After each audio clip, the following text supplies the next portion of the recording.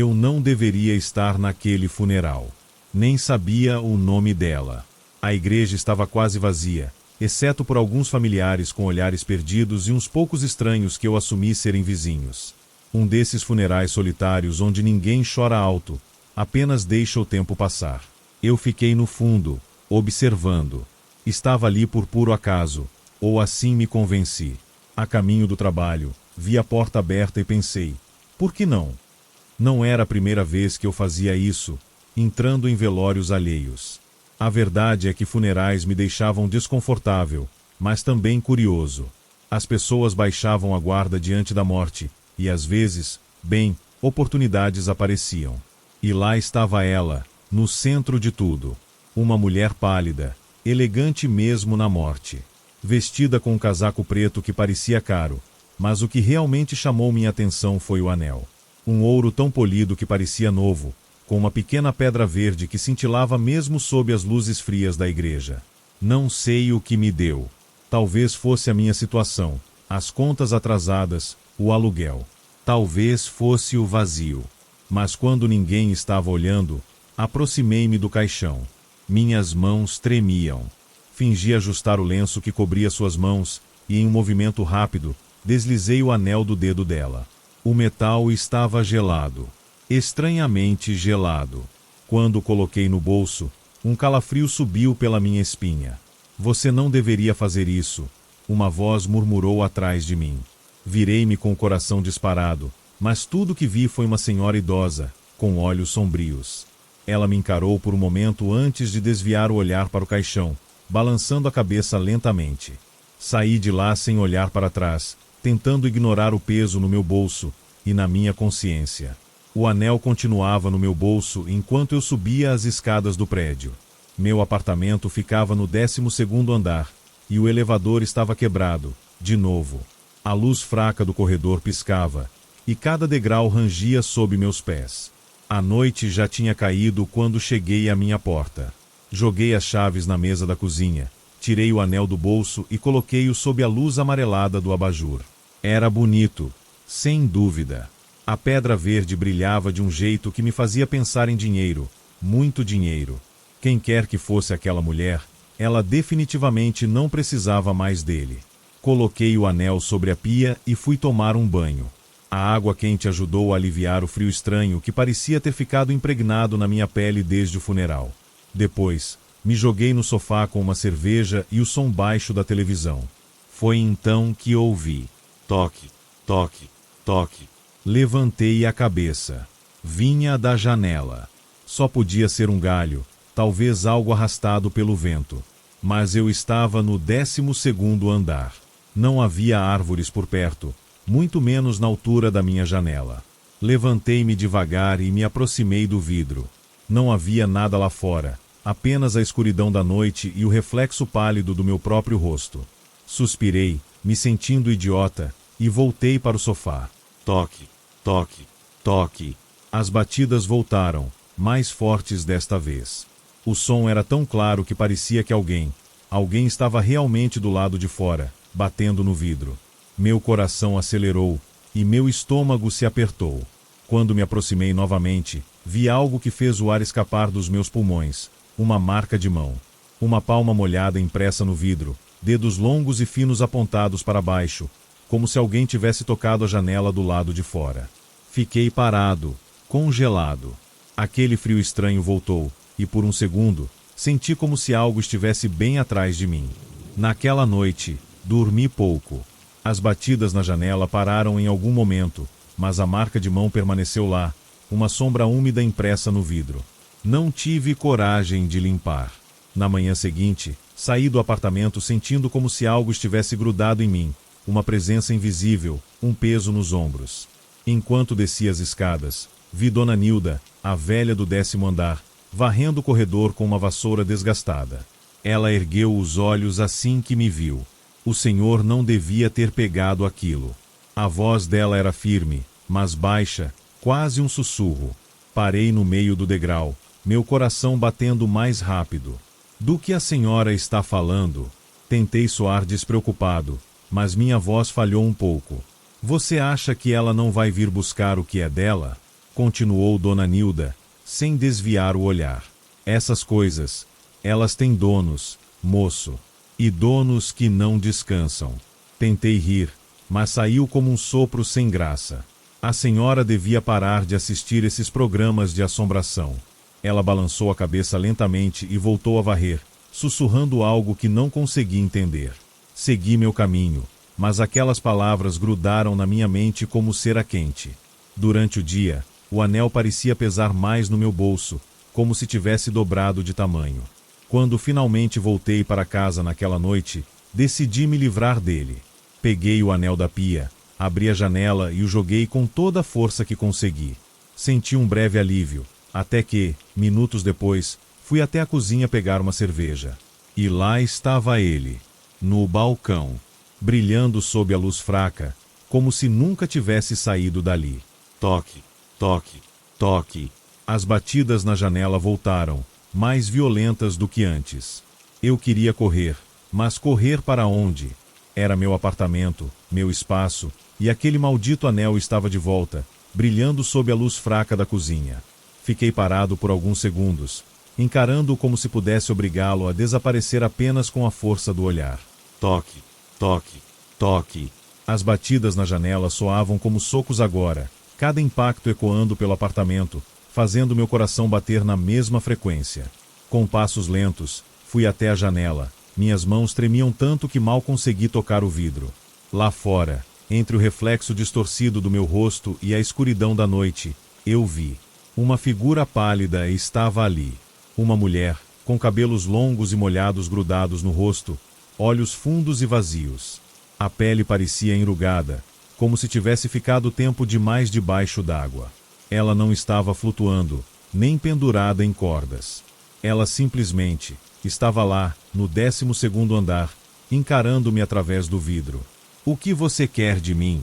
Minha voz saiu como um sussurro.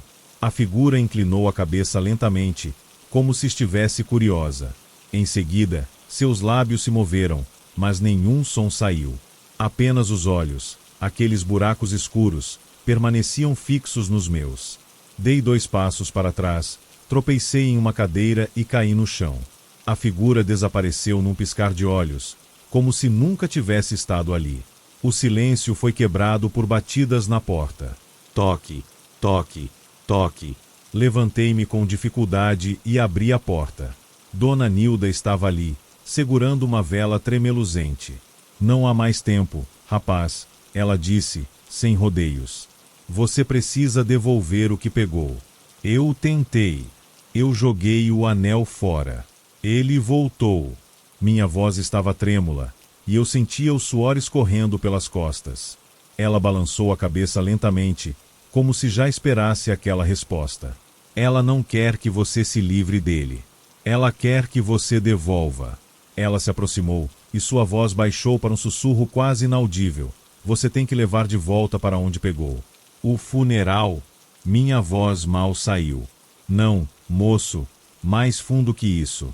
Antes que eu pudesse perguntar o que ela queria dizer, as luzes piscaram, e um som rasgou o silêncio do apartamento.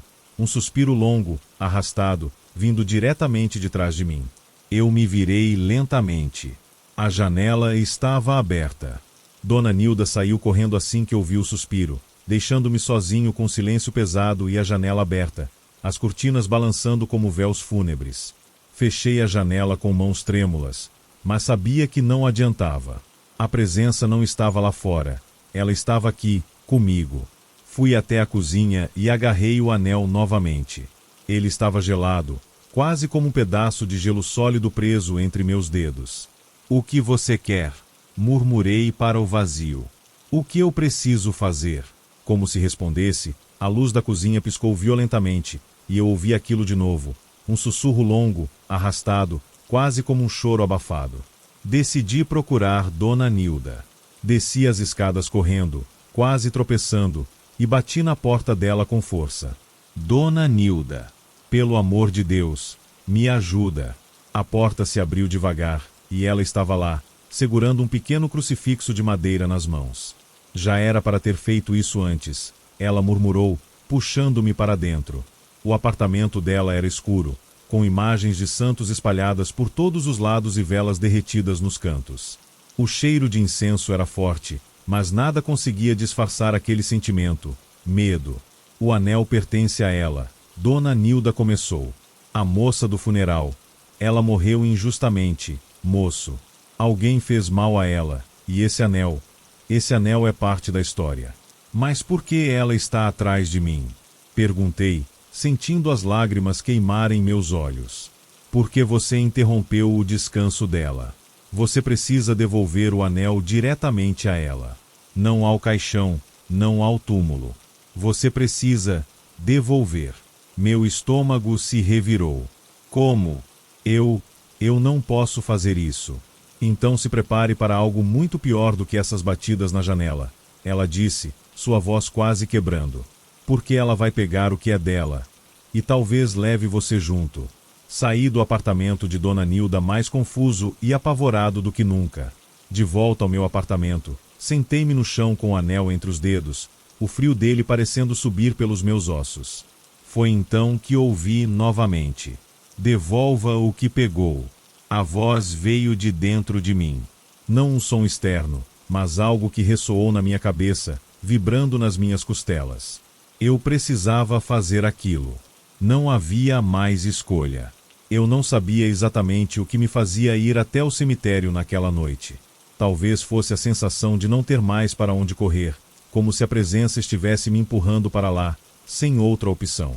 A noite estava escura e chuvosa, as nuvens pesadas pendendo sobre o céu, como se o próprio mundo estivesse prestes a desabar.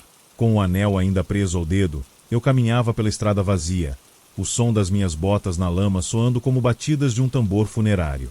O vento cortante fazia o meu rosto arder, e eu não conseguia mais parar de pensar no que Dona Nilda me dissera. Ela vai pegar o que é dela. O cemitério estava deserto. Não havia mais ninguém ali, exceto os mortos e a escuridão.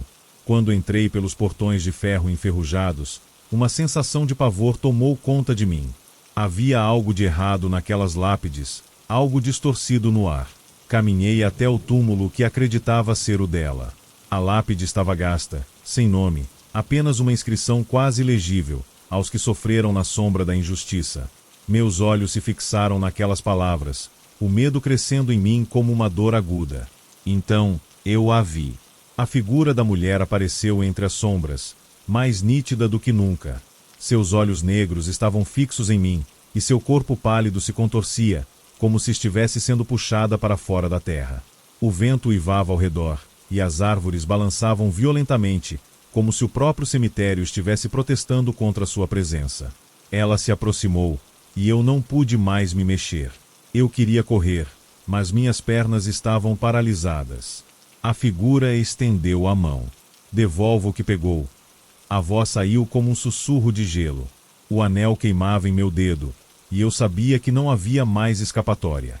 Eu não sabia como, mas estava de volta ao meu apartamento. Não lembrava de ter corrido para longe do cemitério, nem de como voltei. Tudo o que eu sabia era que, quando olhei para o meu reflexo no espelho, não era mais eu. Minhas mãos estavam congeladas, imóveis, como se a morte tivesse me tocado já há algum tempo. O anel estava em meu dedo, ainda lá, ainda queimando, mas agora parecia fundido à minha pele. O frio no meu corpo não era normal, e o peso em meu peito era insuportável. O que me despertou foi o som, o mesmo som que eu já conhecia tão bem. Toque, toque, toque. Mas agora, o som não vinha da janela. Não vinha de fora. Ele vinha de dentro de mim. Batidas na minha própria alma, rasgando o silêncio com um peso quase insuportável. Foi quando a porta se abriu. Policiais entraram, vozes altas e agudas em meio ao caos. Alguém gritou. Lá estava eu, sentado no chão, imóvel. Meu rosto pálido, os olhos sem vida, com as mãos ainda estendidas para frente, como se estivesse oferecendo o anel para uma entidade invisível. Um dos policiais se aproximou, e o anel rolou para os seus pés, reluzente na luz tênue da sala. Toque, toque. As batidas continuaram, como um sussurro distante, mas mais forte. Mais perto.